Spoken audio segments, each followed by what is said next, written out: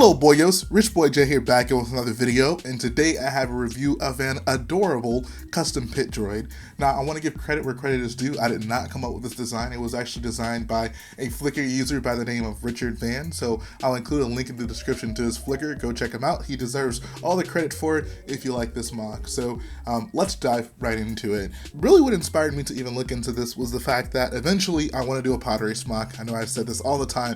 It will happen one day, guys, I promise you. But I realized I wanted a decent pit droid. I'm really just not satisfied with the Lego pit droid. In fact, I have them right here. The build is just so outdated.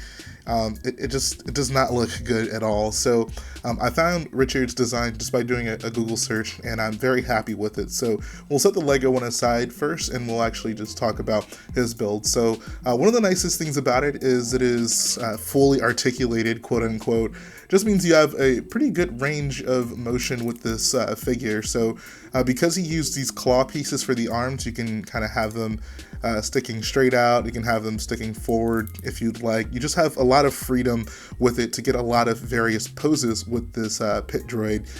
Also, you can see at first I had it kind of set up where he was waving at you guys. So yeah, actually I like that quite a bit. And it's really the same case with the feet as well. You can have them kind of like in a walking motion like that. If I can even get him to stand up. Maybe you can't.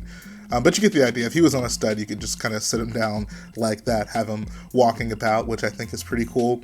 And you can even have him in a kicking motion to replicate when he kicks Jar Jar right in the groin. So if you want to do that, you have that option as well.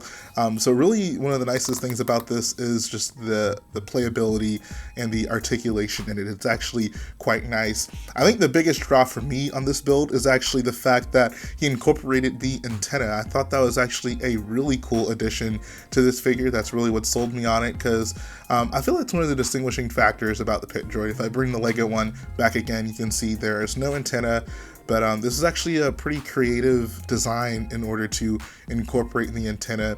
I think on the actual pit droid it would actually be closer to the side, but I think this is a fine compromise for it, especially with such a small brick build figure. Like, I think he did a wonderful job on it.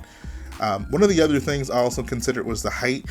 I know it's not ideal, like the pit droids really should not be anywhere close to the height of a minifigure. They're probably like 3/4 the height of a minifigure. I can pull out my custom Anakin right here. But he's shorter than a minifigure, which is a plus. He's roughly the same height as the Lego one, so he's not too big. I think that the height is good enough, even though he should be a little bit shorter with Lego. I think it's fine having him, at least slightly shorter than a minifigure, just so he doesn't look really too much out of scale. So I'm actually very happy with the size of this build. But I'm actually going to go ahead and include an LDD file in the description of this video. If you guys want to build one of these bad boys on your own, you will have the ability to. I definitely hope to add a bunch more of these in my collection, because for one, it's just adorable. Like, it's so cute. Ideally, I'd have 3 of them kind of doing their Three Stooges routine from the pod race in episode 1. That's what they're supposed to be doing. I don't know. George Lucas humor is something I don't really understand. Anyways, yeah, I'm a big fan of this figure, so really that's it. It's a pretty simple figure. I can't spend too long talking about it, but definitely let me know in the comment section what you guys think about this build. Is this something that you would want in your own collection? And if you do, of course, I'll provide an LED file for you so you can get one of these in your own collection. So that's going to finish up the video, guys. Like I always say, if you like what I do, go ahead, support the video by hitting the like button, support the channel by smashing that subscribe button, and I'll be back again very soon.